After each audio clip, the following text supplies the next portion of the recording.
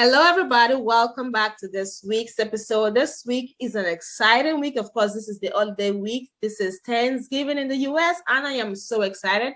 Actually, I've been thinking of a topic that will really, bring the season together: the joy, the love, the family, the food, the turkey. Of course, I wish I could cook turkey like some people, and some pies. But anyways, I have with me today a wonderful friend, Winifred Opari, who is a real estate agent in the Atlanta metro area. And I just want to have this conversation with Winifred because she's a family woman. She has kids. She's a businesswoman. Like I said, she has a real estate business that she runs. And I'm so excited. This is Thanksgiving. This is about love, about family, about, togetherness. I just want to share this with you. And first of all, it's gonna be story time. We're gonna be sharing some of our experiences here. Of course, Thanksgiving is not an holiday we celebrate in Nigeria. So anytime people ask me, what are you doing for Thanksgiving? I'm having to scratch my what am I doing for Thanksgiving?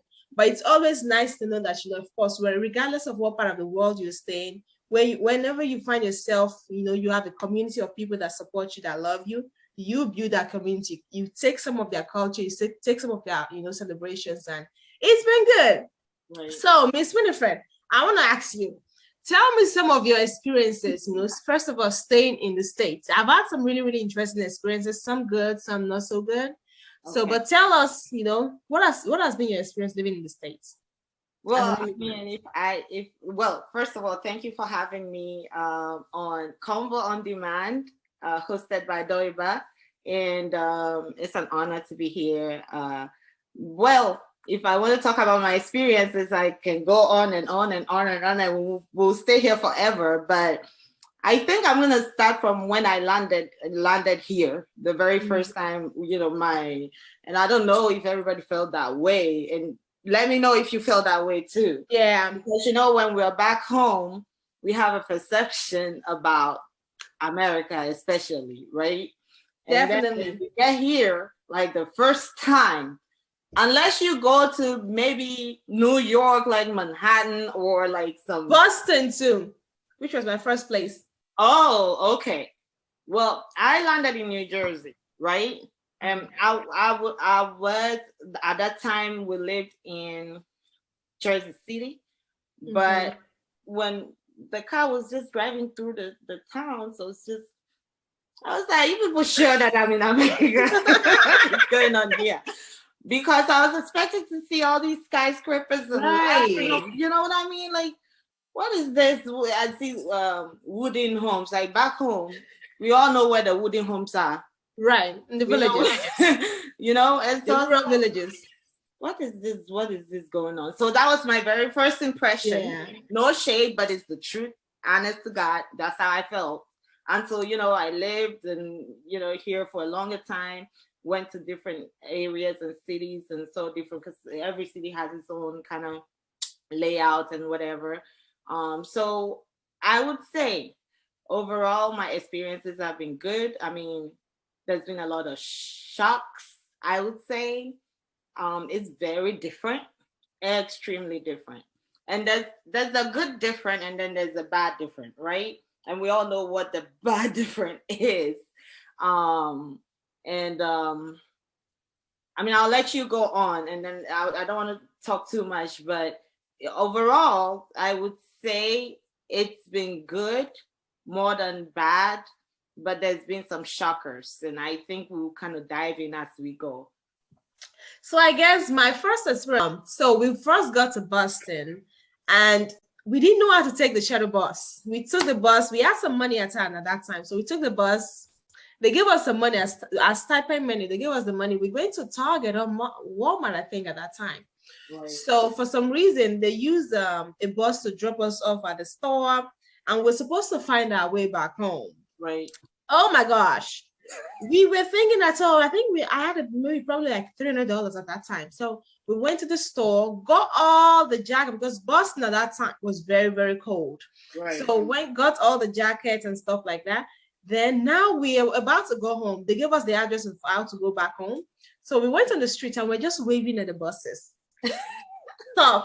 Stop. And we were about 10 of us. We're on the street waving at the buses. Stop. So for some reason, I was like, why is it that we're waiting on these people and they're not stopping? So apparently, we were not on the bus stop.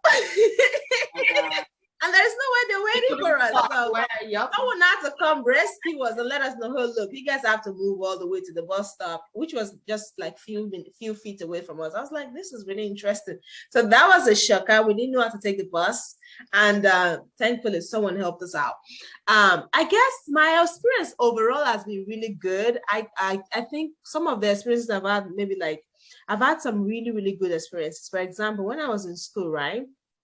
Times like this, the holidays, I'm so grateful for the school I went to, because I know not a lot of international students get to have a place whereby they feel included, they feel heard, they feel like oh, these people are not from here, so let's take them in. So some of our professors would like invite us over for like Thanksgiving, and I remember it used to be so lonely during the holidays, because everybody has gone back to their families, and things like that. But we are on campus, and the campus feels so dry.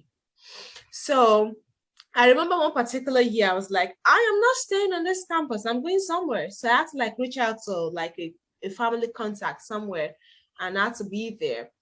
So it's times like that whereby people think about us that we are here by ourselves, so invite us over. It was really nice. Right. But another shocker was that of course the food is different, and sometimes I'll be thinking like, when they present us food, I don't want to be rude. I don't like this. I don't like the consistency of some of the food. I'm like, I don't like this, but like I eat it. But, until I was told how the history of Thanksgiving started, and the turkey was this means of celebration, and of course behind all of that there was a little bit terrible history behind that. But I was like, oh, that makes sense. And I'm like, what's the point of you cooking the whole turkey? Like, what's the point? A lot of work when you have to cook the whole thing. Like, we never had to do that back home. You just chop it in pieces and just spice it up, and just, I mean, I do that here sometimes. I just who has time to turn in turkey every now and then? And do you feel like some of the turkeys, I don't feel like they spice them up? It depends on who made it, though. I mean, I do spice my turkey up. Of course. I trust you will. Not all the people that eating turkey in their house are gonna get you, because you're saying they didn't spice their turkey well. They did not. Like it tasted plain to me, and they will not use the sauce. The cranberry sauce? I was like, this is nasty. Like, please, whoever is listening, if you're inviting me over, I'm gonna eat your cranberry sauce, everything. Don't think I'm not gonna eat it or like it. Just make it. Nobody's gonna invite you on Thanksgiving, though. Actually, I have an invitation. I'm going. It's gonna be canceled. I am going. The person, I already told everybody. They got to adopt me this Thanksgiving. Join up. Whatever you got, we're gonna eat.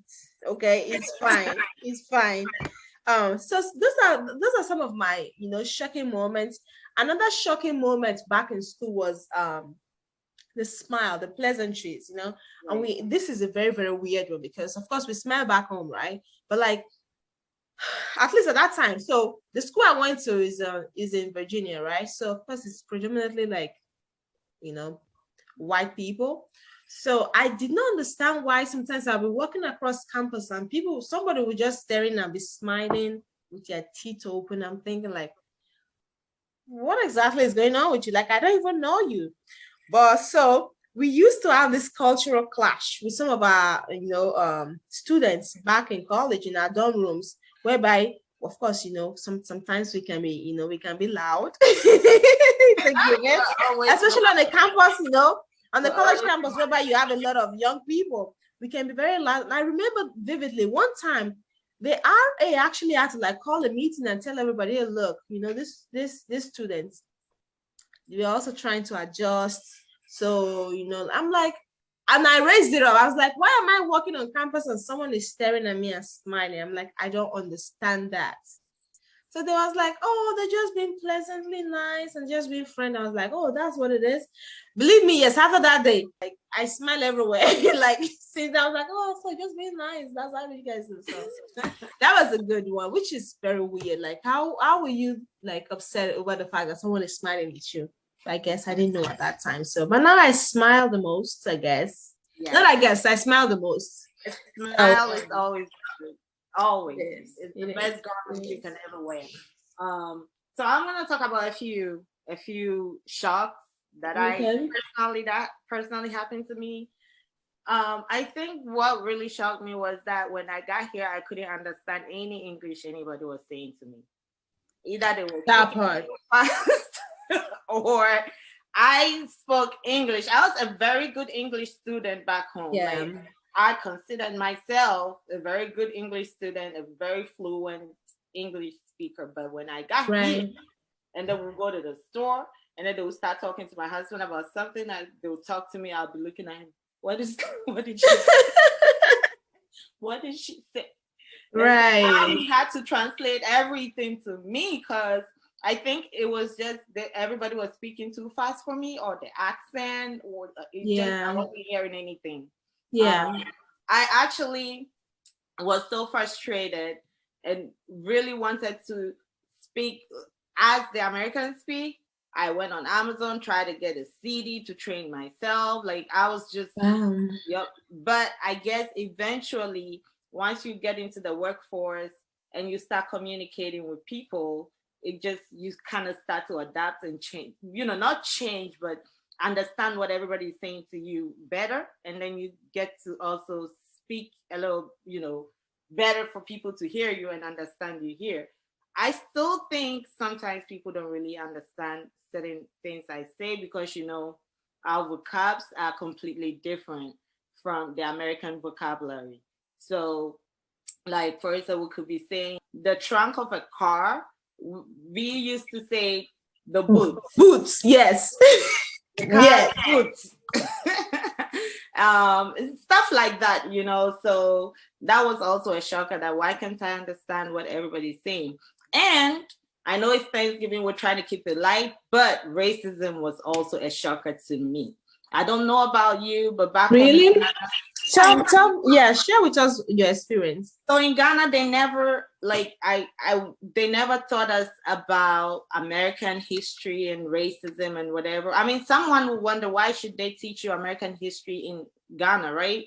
But I still think that there were Black people that were moved from Ghana and most West African countries over here, and so I believe that that should be definitely added in the curriculums in the schools, because you come out here, if you, because I wasn't a wide reader. I mean, I had no clue what really happened here, So they only teach you about colonialism. Of course, we knew the British colonized Ghana and whatever and all this stuff, but it wasn't that brutal. They don't even, I feel like they covered a lot of things up, but once I got here and I started making friends with African Americans, and you see on the news, like it's pretty much open here. You get to know regardless, right? Or one way or the other, someone would do something towards you, or and then you would wonder, because you're like, hey, back home, we have our level of racism back home, but it's nothing like what goes on here, so it's really like the division, how we have our tribal divisions back home, but as much as it's bad, it's not like people are actually, I mean, some places people are killing, but in Ghana, it's not like people are killing other people because they're not of the same tribe. But it's happening here. So those things, I mean, racism was a big, big, big shock to me. Slavery in general, when I started educating myself and all that, it was just painful. But I guess people are healing, and the world is changing. I won't say it has changed, but it's gradually changing. And I guess people are turning away from that kind of division and narrative. And even though I know it's going to take a while, but I do think that a lot has changed even here in America, because back then Black people couldn't drink from the same whatever, Black people couldn't hold certain positions.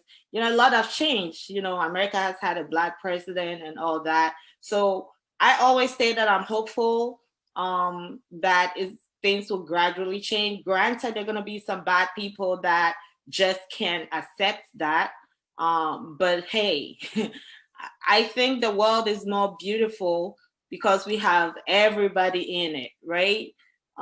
We learn from each other. Look at us, excited about Thanksgiving. Like back home, around this time, you're worried about Christmas. Like you're not even, you're worried about Christmas and planning Christmas, but we're excited about Thanksgiving. We're learning from each other. We're learning other stuff, and so that was a shocker. But I must say that things have changed, so I'm hopeful.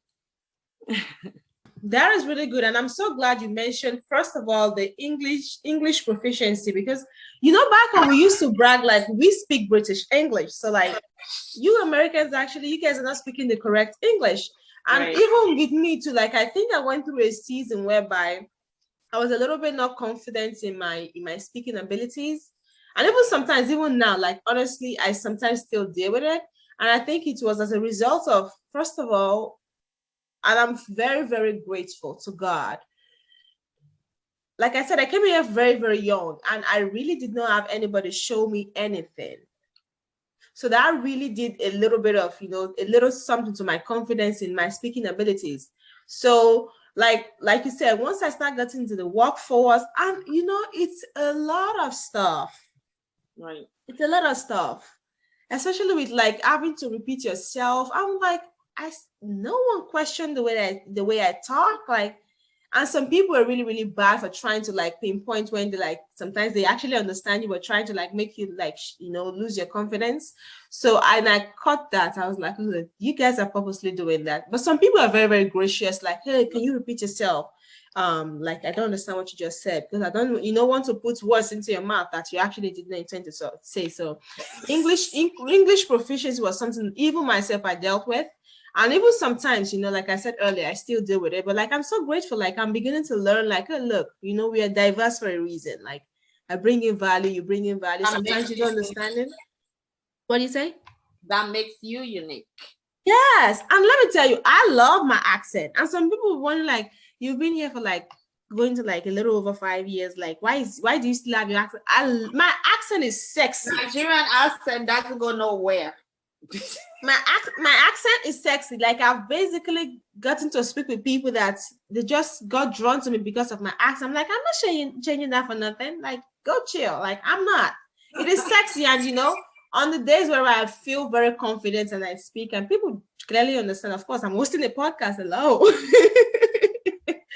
So like, I'm so glad that, you mentioned that, because something I also, and I'm sure a lot of people, especially immigrants, deal with that, especially for people that, don't really have people to like show them, hey, this is how this is done. I know sometimes we can code switch as well, like do your Nigerian thing, but also like code switch to like the American accent. I'm like, I don't have time for all of that. If I need to, I will, but like, I don't do that. And I also, one of the things that was also a shocker for me was, of course, the history of, the brutality, against African American. Very, very brutal history. And I definitely agree with you. Back home, they didn't teach all of that.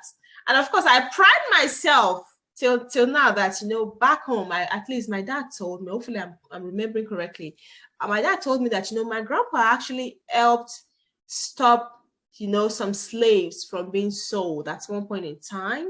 So I'm like, that is really good. But they really never taught us, in depth how the horrible things that was done to, people of color in this country. And right. Sometimes, I think sometimes we really do have this mismatch with them. I mean, like African Americans, I feel like we don't understand, and we're also trying to understand you, but like we definitely, let's say, like, we are very different in so many ways, so unique in our different ways. And sometimes, of course, the people that try to put all those divisions for their own selfish gain, they've just sowed seed of discord, even with ourselves, that with ourselves, sometimes we don't even know that that's what they're doing. And we're trying to fight against each other, when in fact, the other person is the one trying to, put us, against each other. So, but I'm so grateful that, things are changing. We are becoming more open-minded to like understand that, hey, look, we are fighting this race for us. Right. So let's come together and, work things out together. So I'm grateful for that understanding that we begin, especially with this new generation. Like, look, Like, I know what the tactics you're pulling, you're not going to do that with me. And sometimes, another thing I was going to mention, I don't know if you also experience that. I know sometimes, people of color will say that, hey, you guys come into this country and they like to give you guys jobs because they feel like they would not need to deal with the guilt of, racism and things like that. That's not true. Have you ever come across someone telling you that? Because someone have, told me that, like, look, they don't just like immigrants. They like immigrants first of all because they can, maybe pay them less, or because they don't have to like deal with, Well, that's not true, because research shows that most Africans are paid really, really a lot. Like Africans that are in the corporate world are paid more, a lot more, sometimes than even Americans. So, I mean, they can look it up. So it's not maybe for menial jobs or whatever. Yeah. I mean, and that would be for undocumented people, because if the person doesn't have documents, then whatever you throw at them, they'll take it. But for an immigrant that came through the right process and is legal, you're not going to be throwing anything at them. Like, they would want to negotiate a good pay. You know what I mean? Right. And I'm glad you mentioning that, because, these are the kind of information. Sometimes we try to keep this information to ourselves, like it's so secretive. We don't let the other person know. And this is how these people work. Like, that don't tell people your salary, so that your coworker will like, hello, if I tell my salary to my coworker, probably my coworker might be paying more than I am. Like, and we're probably doing the same job. You know what I'm saying? Like, how do we get to be able to be, have this equity when you guys are trying to like have us, be so secretive with things like this? Yeah. So that's really interesting, because based on what people have shared with me, it's like the opposite. Like, they try to treat you guys better because they feel like they can get away with things. And it's not like somebody tries to treat anybody better. Like, when we come out here, we're not like playing. No, we don't. Sit on a plane for 12 hours. Probably left a business behind. I probably left my entire family behind. Like, I'm not gonna come here and sit down and watch people. Like, I'm gonna try to be successful. Like, we come here for a reason. We don't just come because we just want to visit.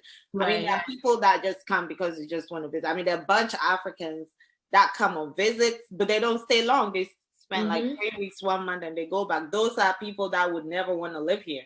But like, I am relocating because I'm married to someone that is a citizen or whatever, and I'm moving and leaving everything behind. I'm not gonna come out here and just play. Like, I'm not I'm gonna do everything I can to be successful, because I believe if I was back home, I would really like have achieved like more stuff. You know what I mean? Because whenever you come here, if like for you, you were young, you came for school, so that's different. Like, for me, I was more or less past like school age, or let me put it that way. You're never past school age, but I'm just saying. I was in my late 20s, and so it was almost like starting afresh, because I had businesses and back home that I left behind. I moved for love. So moved for love. Tell me about love, baby. I'm sorry, I'm just being messy. And so if I come here, I'm not looking for a handout. I'm just looking to work hard enough to be able to, do something back home, help somebody back home or whatever. So nobody hands anything out. And since you said that, I'm going to say this. I had a lot of questions. We used to live down in Savannah, right? And there are a lot of people out there, and this is a disclaimer. I'm not saying everybody out in Savannah is ignorant, but there was a lot of ignorant people out there, and they'll ask me questions like, so because they hear my accent, right? And they know I'm not from here. Oh, so when you guys come here, and they'll go like this, I really want to ask you a question. Are you okay? I said, no, I'm okay, shoot. Whenever they start like that, I know where it's going. It's either they're gonna ask me if I live next to the hyenas and the lions, or something. But this was the first. They asked if when I came, the government just gave me a house and handed me like money and set me up. I'm like, that is really, really very, very ignorant. I'm like, please show me. Does the government even do that to its citizens? Which government? I said, which government is that? I want to know this government. So I want that house and I want that money. I want that free everything. No, the government doesn't hand anything to immigrants. I mean, not at least not. I mean, not us Africans. We come in and we have to go through a whole lot to even get here. And then once you get here, you still have to go through a whole lot. Like I waited a whole year for my social security card and green card and everything to, like, it's a whole long process. So the government doesn't hand anything to anybody, not anyone that I know. Yeah, so there's a lot of misconceptions, and I hope one day we can talk about that more, just to educate people and for people to understand that, you know, hey, we're more or less like well vetted before we come in here, and even whilst we're here. So that those are all shockers. And then the ones that ask me if I live next to, you know, so you were next to the lions and the hyenas, like you saw all those.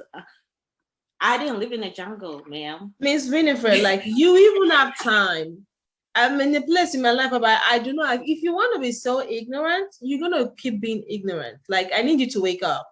Like check on social media. I don't have time for that. If you wanna be ignorant in 2021, you on your own. Like what? How is that even habitable for someone to be living next to a lion? Like that's just so dumb. Like keep stuff. If I live next to a lion and hyena, I won't be here. Right. Unless I'm the lion whisperer, or you probably have some superpower or some powers. I would love that. I like what's love that next to a lion, and then I can send the lions all the way to my enemies to go and eat them. Anyway, I've seen more snakes in America than I saw in Africa. And so in Ghana, let me put it that way. And then there are those that think Africa is one country. Africa is not one country.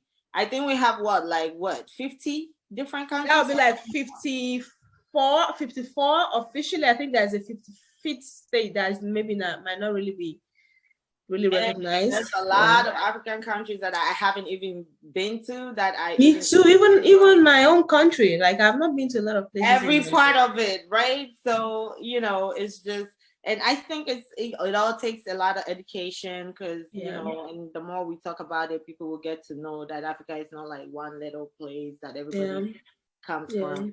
So yeah, those were the cultural shocks. But I'm gonna say the good part. Okay. Yes. It's not all bad. It's not all bad. I love the fact that things are well. How should I put it? Should I say well organized? Or I mean, the structures in place. Yeah. You know, there might be bribery, but at least I haven't encountered any. Like, tell me what do you know? Tell me what you know. Let me see. I don't know anything. I'm just kidding. So I don't know, but I'm just saying, like, I'm like back home, like you have to pay you have to pay for everything. You have to pay through everything. And this is no shade, but this is the truth. Like for here, if you have to do a passport, all you have to do is to mail it, fill the form, whatever. They say 2 weeks, there's a fee you pay. Back home, we all know. The bureaucracy is really not that efficient. Yeah, that's true. Right. I love that. If I have to register my car, I don't have to go and wait forever. Like it's done right away. Like there's structures in place. I love the level of security. You know, I feel like, I don't want to say it's safer out here, but at least, you know, if somebody did something bad, there's a high chance that they'll be caught. Unlike back home, you may not be able to catch this person because there's nothing like in the systems. Like, you know, I heard Ghana is trying to implement some ID cards and stuff like that. Like that's similar to a social security number. That way you can't do anything if you don't have it. But I think Nigeria is also trying to do something. Actually, probably already implemented, which is the NIN number. That is like the social security, equivalent to the social security. I feel like things need to be documented better back home. Because then if you even try to help someone, you don't know if they're lying or they're telling the truth. Like over here, you pull up the person's social, you can tell that they've not worked for this time or whatever. They can get whatever benefit they have to get. So all those things. So I think America is not all bad. I like the fact that no matter what, as long as you want to work, you will get a job. As long as you want to work. As long as you're not being picky as to what you want to do, right. you will get a job the next day. So it's been, you know, there's bad side and then there's good side. So that's really good. I think it's overrated. It's overrated. You know, there are other places in the world whereby you can live and be more safe and, you know, more safer. Right. And more, you know, here is just mostly about work. Like the work-life balance is not the best. No. So not I guess I'm very grateful. Not a lie, I'm sorry. Yeah. Very grateful for the fact that, you know, if you, like you said, if you can work, if you're able, if you can, you know, acquire more skills, there is opportunity for growth. So I really love that. And, you know, the systems are in place to make sure that, you know, your life work. Right. Especially if you have, you know, if you already have your systems in place, like you're working, you have a good job, you're being a decent member of society, you're paying your taxes, the government, you know, support in those ways. So I really love that as well. I guess overall, I'm still trying to travel around the world and see what places I would like to, you know, stay or call finally place I reside in. Right. So it's still a journey, but I love it here. I love it now. I think I'm going to be here for a minute. I don't know when next. Like, I'm open, and I know that there are, you know, other places to enjoy, and more relaxed. So, what was your first Thanksgiving like? My first Thanksgiving, most of my fun Thanksgiving was back in school when we had like our professors invite us over. Since I left school, like I basically I'll visit, but like I don't really take it seriously. Right. I'm like, it's not my holiday, but like I love spending time with people. So for the most part, I love the company of friends, of, you know, being a part of the community. Right. You know, where we go and we just, you know, like games, and of course sometimes fight happens. So I love, you know, just seeing all the dynamics play out. I love that.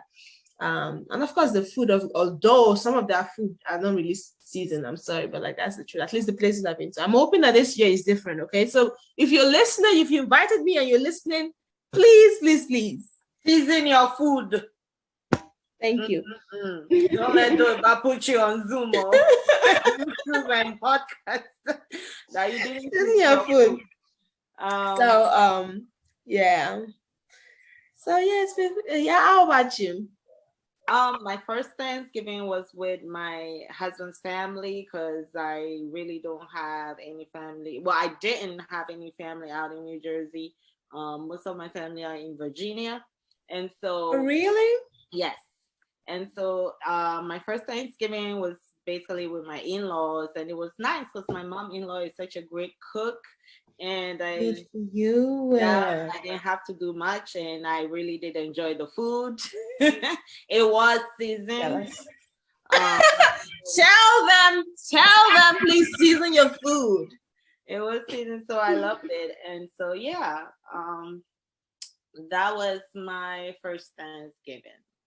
And then after that, I guess I've been doing all the cooking. So, you know, I think maybe I could have also considered your place for, you know, a second time. I don't mind. You know, I told them, like, adopt me. I'm going to show up, do my doiba thing, and, you know, of course I'll bring gifts. I don't show up. You know, we don't do things without fast. I'll show up with a good present. On Thanksgiving, I don't give gifts on Thanksgiving.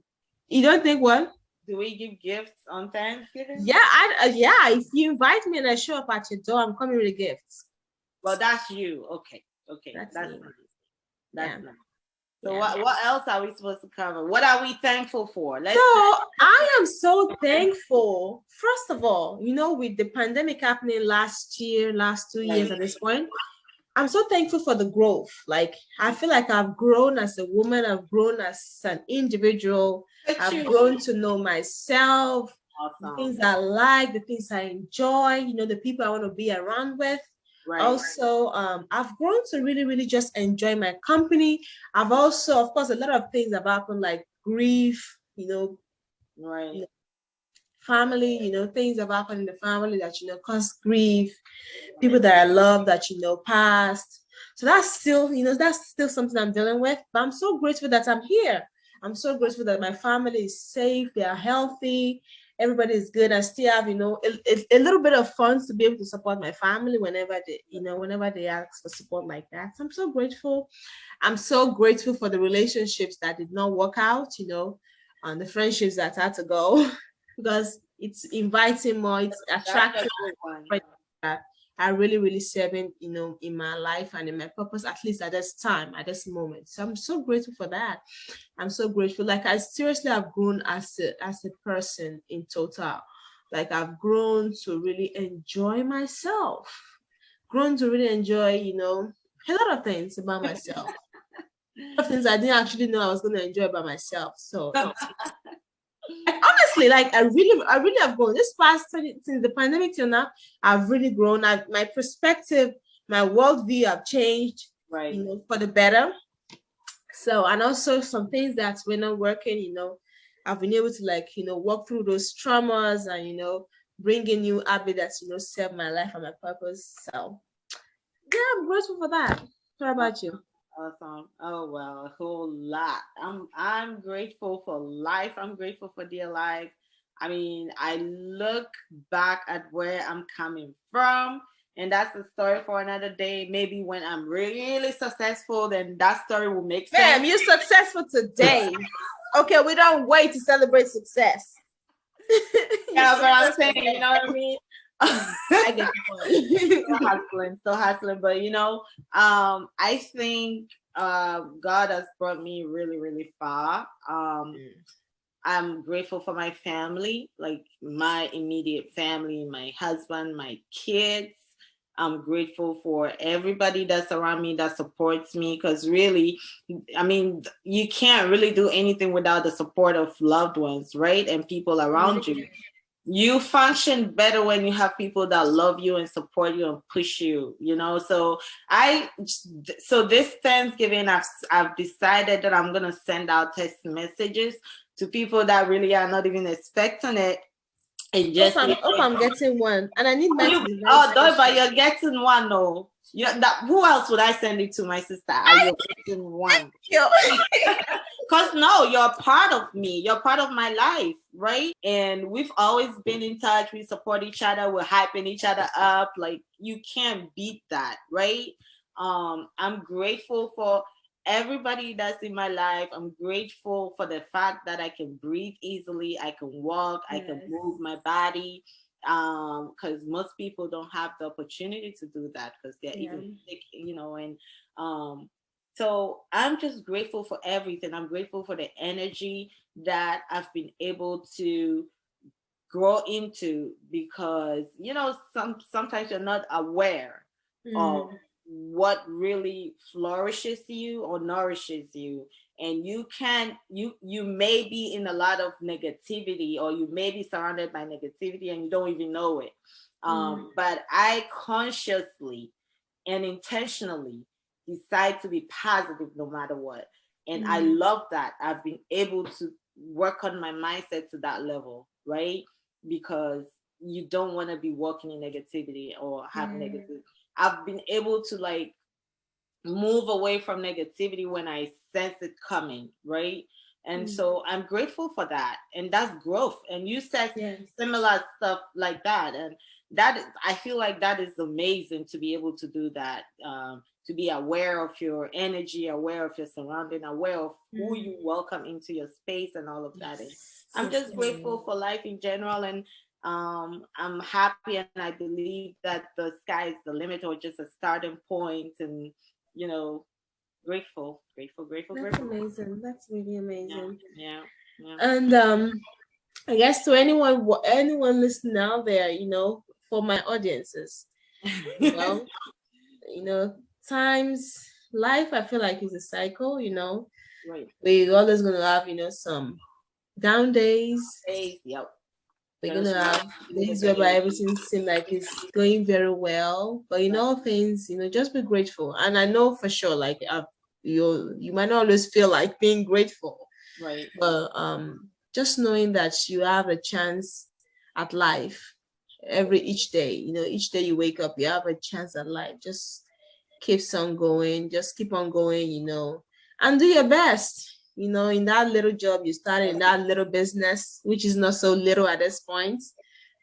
Just keep invest. I feel like that's the best thing you can do to yourself.